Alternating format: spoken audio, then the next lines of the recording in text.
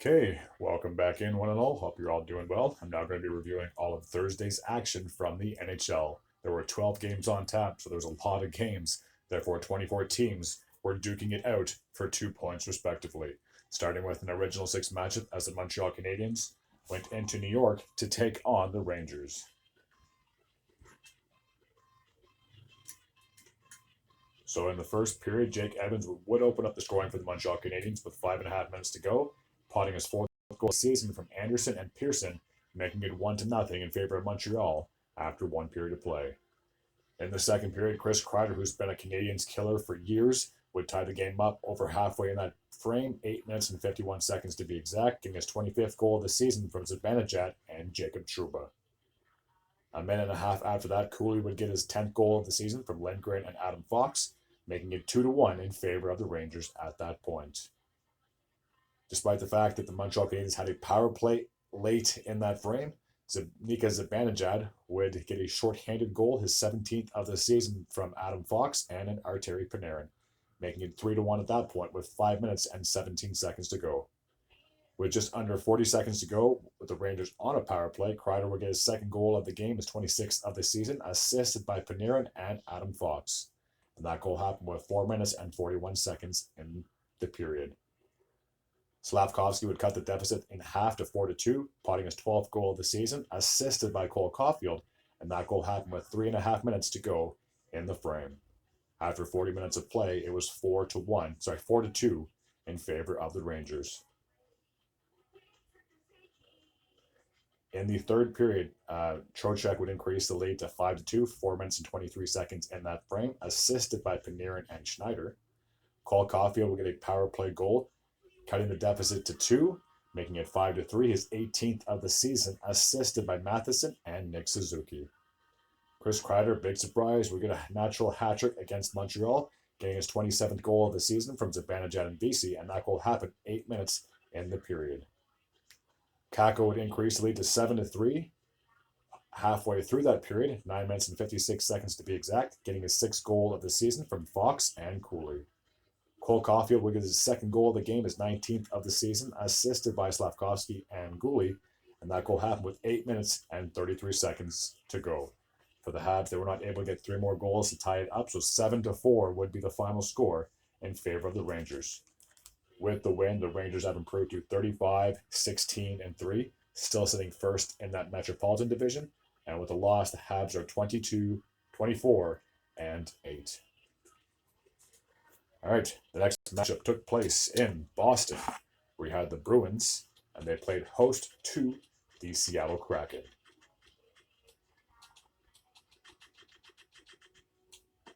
Okay, so let's take a look at this matchup and see how it unfolded.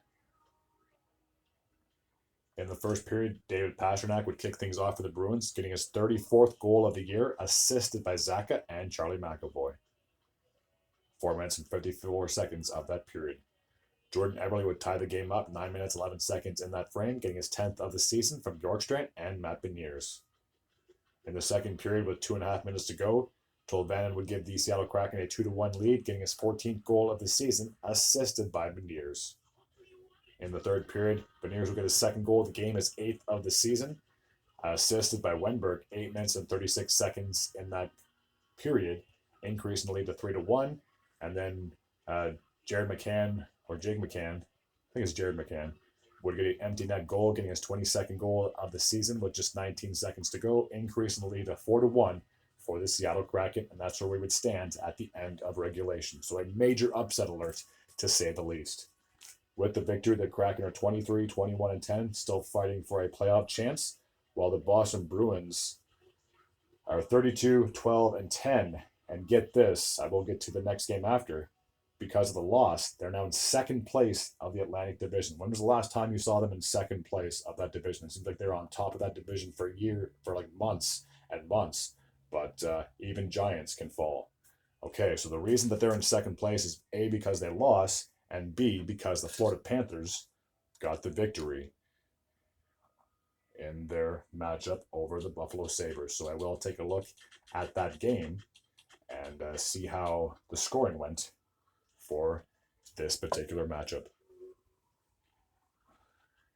So in the first, Verhaeghe would kick things off with 9 minutes and 26 seconds in that frame, getting his 27th goal of the season, assisted by Barkov, 1-0 in favor of Florida after 20 minutes of play. In the second period, with 2 minutes and 44 seconds to go, Lundell would increase the lead to 2-0, getting his 7th goal of the season, assisted by Tkachuk and Forsling. After 40 minutes of play, it was 2-0 in favor of the Panthers. In the third period, Verhaeghe would get his 2nd goal of the game, his 28th of the season, assisted by Sam Reinhart and Barkov. And that goal happened 1 minute and 33 seconds to go in the period. Lomberg would get a power play goal for the Panthers very late in that third period, just 12 seconds remaining, recording his 4th goal of the season, assisted by Forsling and Lundell. So 4-0 is the final score in this one. So as I just mentioned, with the victory, the Panthers now first in that Atlantic Division, and with a record of 35-15-4, and with the loss, the Sabres are 23-26-4. All right, the next matchup took place in New Jersey. We had the Devils playing host to the Los Angeles Kings. All right, let's take a look and see how this game went.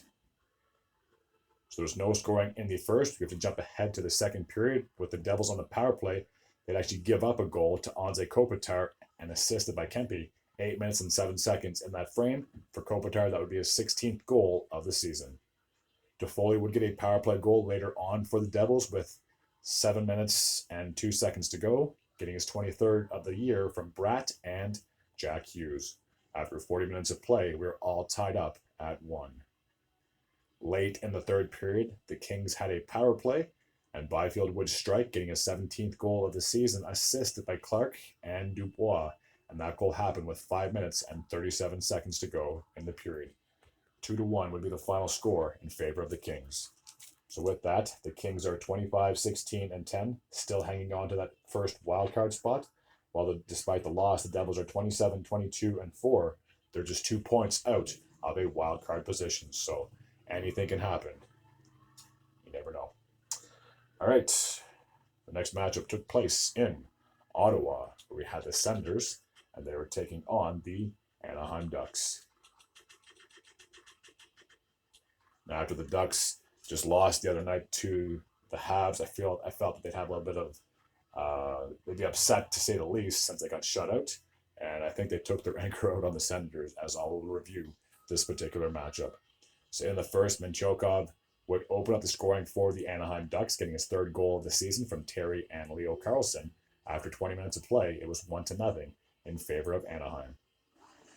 In the second period, with just 2 minutes and 35 seconds remaining, Paterno would increase the lead to 2-0, getting his 23rd of the season, assisted by Fowler and Strome.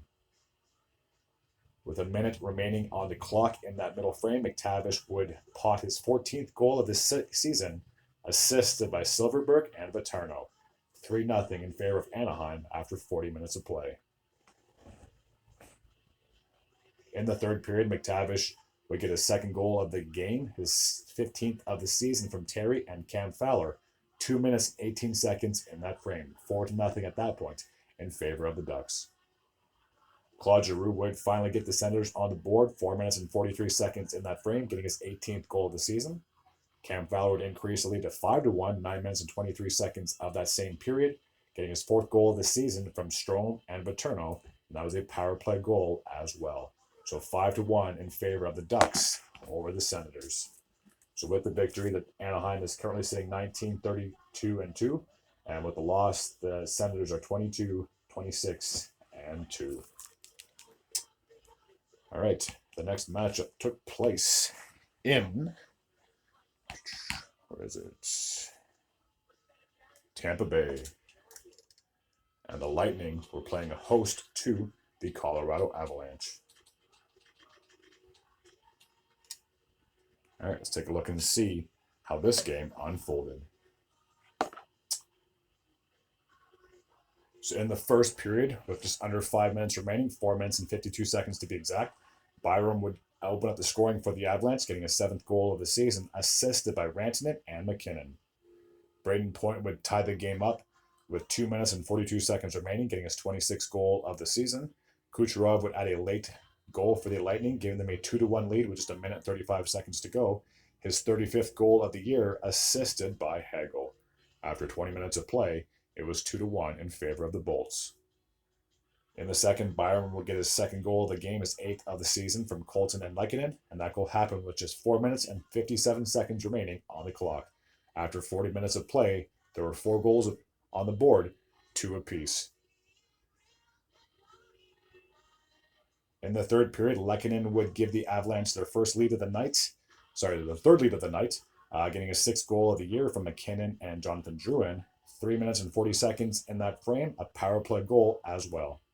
Stamkos would tie it up just 20 seconds after that, getting his 23rd goal of the season from Kucherov and Victor Hedman. Speaking of Kucherov, he'd get his 2nd goal of the game, making it 4-3, 8 minutes and 13 seconds into that frame. His 36th of the season from Braden Points and Steven Stamkos. Anthony Cirelli would get a late goal for the Lightning, increasing the lead to 5-3 at that point, getting his 12th of the season from Hagel and Cernak. And then just 6 seconds after that, Perbix would get his 2nd goal of the game, assisted by Martinson, Lindbergh, and Easimont. So 6-3 would be the final score in favor of the Lightning. With the win, Tampa Bay is 30-20-5, currently sitting 3rd in the Atlantic Division, while the Colorado Avalanche are 33-18-4. They're sitting 2nd in that Central Division. All right, so the next matchup took place in Toronto, where we had the Maple Leafs playing host to the Philadelphia Flyers.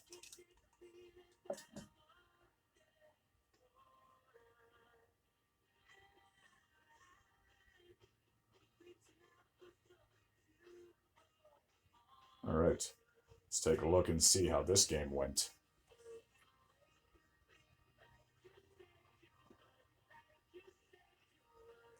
In the first period, Sanheim would open up the scoring for the Philadelphia Flyers, getting his 5th goal of the season from Lawton and Konechny, and that would be a shorthanded marker at that point of the game.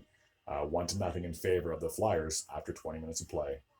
In the second period, Austin Matthews would pot his 43rd goal of the season from Mitch Marner, 9 minutes and 54 seconds remaining on the clock. Matthews would then strike yet again on a power play with 5 minutes and 40 seconds to go. A power play goal to note, his 44th goal of the season, assisted by Marner and William Nylander. And then big surprise, Matthews with a hat trick, his 45th goal of the season, assisted by Liljegren. And that goal happened with just 1 minute and 5 seconds remaining on the clock. So all 3 goals were by the Leafs. All 3 goals were by Austin Matthews. 3-1 in favor of the Leafs after 40 minutes of play. Garnet Hathaway would tie the game up with 5 minutes and 14. Would cut the deficit 3-2, getting his 5th goal of the season from Cates and Seal with 5 minutes and 54 seconds. 5 minutes and 46 seconds to go on the clock. And then just a minute after that, Konechny would get a power play goal, his 26th of the season, assisted by Tippett and Farabee. So we were all tied up at 3, and we would need overtime to settle this matchup. 54 seconds in the overtime period, William Nylander would get the game-winning goal, his 27th of the season from Liljegren and Mitch Marner. So 4-3 would be the final score in favor of the Leafs. So with the victory, Toronto is still sitting in that first wildcard spot with a record of 28, 16, and 8. And with the loss, the Flyers are still 3rd in that Metropolitan Division with a record of 29, 19, and 7.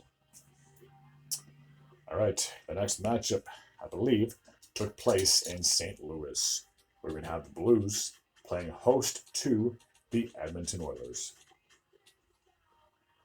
All right, let's take a look and see how this matchup went. In the first period, Rob Thomas would open up the scoring for the Blues over halfway through that period, 9 minutes and 47 seconds to be exact, getting his 19th goal of the season from Leddy and Buchnevich. Draisaitl would tie the game up with a power play goal, 6 minutes and 9 seconds remaining on the clock, getting his 26th goal of the season from McDavid and Evan Bouchard. Nugent Hopkins would score with just under 30 seconds to go, 27 seconds to be exact, his 15th of the season from Zach Hyman and Connor McDavid. After 20 minutes of play, it was 2-1 in favor of the Oilers. In the second period, Where are we? Sorry, in the second period, it would be an onslaught of goals for the Blues. Neighbors would tie the game up just a minute and 9 seconds into that frame, getting his 19th of the season from Shen and Krug. 8 minutes and 37 seconds in that period, Torrey Krug would give the Blues a 3-2 lead, getting his second goal of the season from Neighbors and Kessel.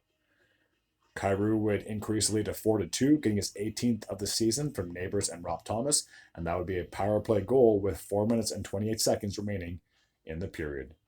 Pavel Buchnevich would increase the lead to 5-2, getting his 18th goal of the season from Thomas and Kyrou, and that would be a power play goal with 25 seconds to go on the clock. So after 40 minutes of play, it was 5-2 in favor of St. Louis. In the third period, Corey Perry would get his first goal as a member of the Edmonton Oilers, his 5th goal of the season from Kulak and McDavid, with 9 minutes and 46 seconds to go. And then with just under 3 minutes to go, Braden Saad would increase the lead to 6-3, getting his 14th goal of the season with 2 minutes and 53 seconds to go on the clock. So 6-3 would be the final score in favor of St. Louis. With the victory, the Blues are sitting 29-22-2. They have the second wildcard spot in the Western Conference. And despite the loss, the Oilers are still sitting third in that Pacific Division with a record of 31-18-1. All right. The next matchup took place in Nashville. We had the Predators, and they were playing host to the Dallas Stars.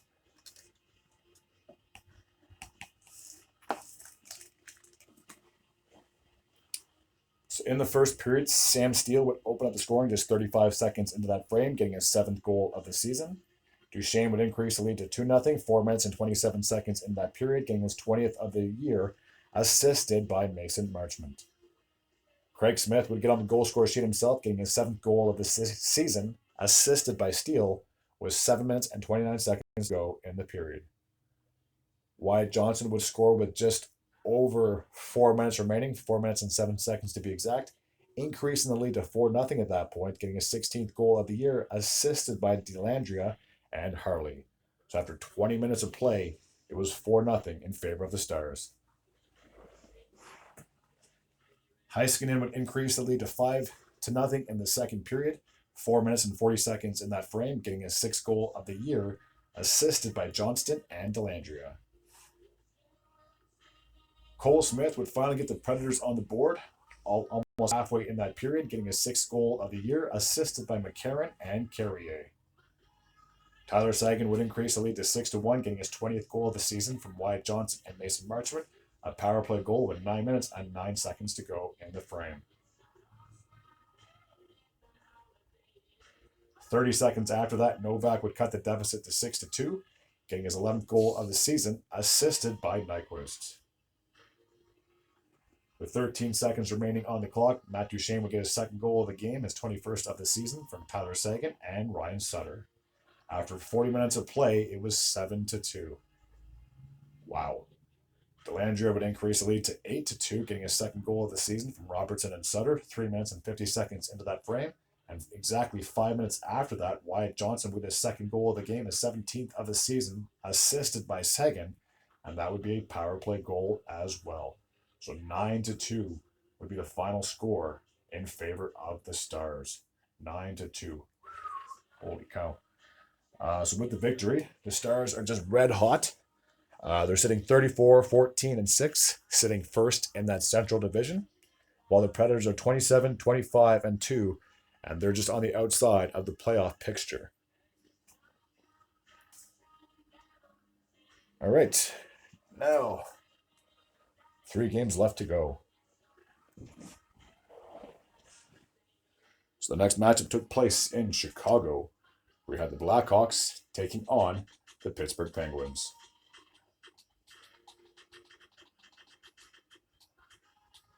Now, this is a significant matchup for 2 reasons. One, this is obviously Connor Bedard's return after missing all that time with a fractured jaw. And obviously, this is the second time that these 2 teams have been playing. They played on opening night of the start of the season. So this would be the second of 2 games that these 2 teams would play against each other. In the first period, Sidney Crosby would score just 15 seconds into that opening frame, getting his 29th of the season from Pettersson and Raquel. Riley Smith would get his 10th goal of the year from Drew O'Connor with 7 minutes and 20 seconds to go in the frame. So 2-0 in favor of Pittsburgh heading into the second period. Kurashev would finally get the Blackhawks on the board. His 9th goal of the season, assisted by Bedard and Nick Foligno, 8 minutes and 22 seconds in that frame. After 40 minutes of play, it was 2-1 in favor of the Penguins. In the third period, Sidney Crosby would get his 30th goal of the season from Raquel and Pettersson, 5 minutes and 51 seconds into that frame. And then with just under a minute to go, just over a minute, took under a minute to go. Oh my gosh. Brian Rust will get a short-handed goal for the Pittsburgh Penguins, assisted by Letang. His 15th goal of the year, increasing the lead to 4-1, and that's where we would stand at the end of regulation. So with the win, the Penguins are sitting at 24-20-7, still on the outside looking in when it comes to the playoffs. As for the Chicago Blackhawks, a very long season, just like the Sharks, is still ongoing. They have the worst record of the entire league, and they are sitting at 14-37-3.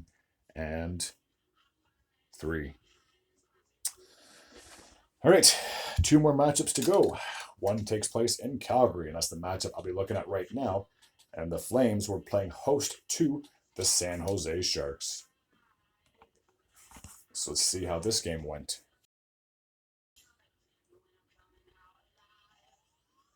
In the first period, Kadri would open up the scoring, getting his 17th goal of the season from Pospisil, 4 minutes and 19 seconds into that frame. After 20 minutes of play, it was 1-0 in favor of Calgary. In the second period, Michael Granlund would tie the game up 4 minutes and 52 seconds into that frame, getting his 6th goal of the season, assisted by Zadina. Bailey would score for the San Jose Sharks, giving them a 2-1 lead, getting his 4th goal of the season, assisted by Zadina. Kunin would increase the lead for the Sharks with 7.5 minutes to go in the period. A power play goal, his 7th of the year, assisted by Eklund and Burrows. The captain, Michael Backlund, would cut the deficit to 3-2 with 20 seconds remaining, getting his 12th goal of the season from Tanev and Hanifin. So after 40 minutes of play, it was 3-2 in favor of the Sharks. In the third period, Zadina would increase the lead to 4-2, getting his 6th goal of the year from Sturm and Bailey. Speaking of Zadina, he would add on another goal less than 45 seconds after that, getting his 7th goal of the year from Bailey and Vlasic. Kunin would get his 2nd goal of the game with 4.5 minutes to go, increasing the lead to 6-2 at that point. Kuzmenko would score with 3 minutes and 20 seconds remaining, getting his 11th goal of the year from Tanev and Huberdeau, cutting the deficit to 6-3, but at that point, it was too little, too late to mount a comeback for the Calgary Flames. So with the win, the Sharks have the 2nd worst record of the NHL, 15-33-5, and with the loss, the Calgary Flames are 25-24-5. I think they're like 5 points out of a playoff spot, so if they're trying to push for a spot, they got to start winning these games, especially over your division rivals that you play most of your games against. And we'll just have to see how the season unfolds. And more importantly, if they're X amount of points back by the trade deadline, they're more than likely going to be sellers when it comes to that particular date. All right. The last game from a busy Thursday night took place in Vancouver, where we had the Canucks playing host against the Detroit Red Wings. Okay. So let's take a look and see how this game went. So in the first, JT Miller would kick things off for the Vancouver Canucks, getting his 24th goal of the year. Elias Lindholm, who's fitted in just perfectly for the Canucks, I might add, will get his 12th goal of the season from Elias Pettersson, 9.5 minutes in that period. After 20 minutes of play, it was 2-0 in favor of Van City. In the second period, Zadorov, yet another acquisition from the Flames, would get his 2nd goal of the season from Elias Pettersson and Höglander, and that goal happened 7 minutes and 9 seconds of that period. 3-0 in favor of the Canucks at that point. JT Compher would finally get the Red Wings on the board, getting his 12th goal of the year from Patrick Kane and Caden Fisher. I apologize. Cutting the deficit to 3-1 with 5.5 minutes to go. It was 3-1 in favor of the Vancouver Canucks heading into the third period. Elias Lindholm would get his second goal of the game, his 13th goal of the season from Elias Pettersson, and that goal happened with 7 minutes and 1 second remaining on the clock. So 4-1 in favor of the Canucks, and that's where we stand at the end of regulation. So with the victory, the Canucks are 37-12-6, still sitting very comfortable in first place of that Pacific Division. And with the loss, the Red Wings are 27-20-6, but they are in a playoff position. They do hold down the number 2 wildcard spot as we speak. All right, that takes care of my recap from Thursday night. As always, if you're new to this channel and like this type of content, please feel free to hit the sub button. I'd be very grateful and very appreciative. Until next time, take care.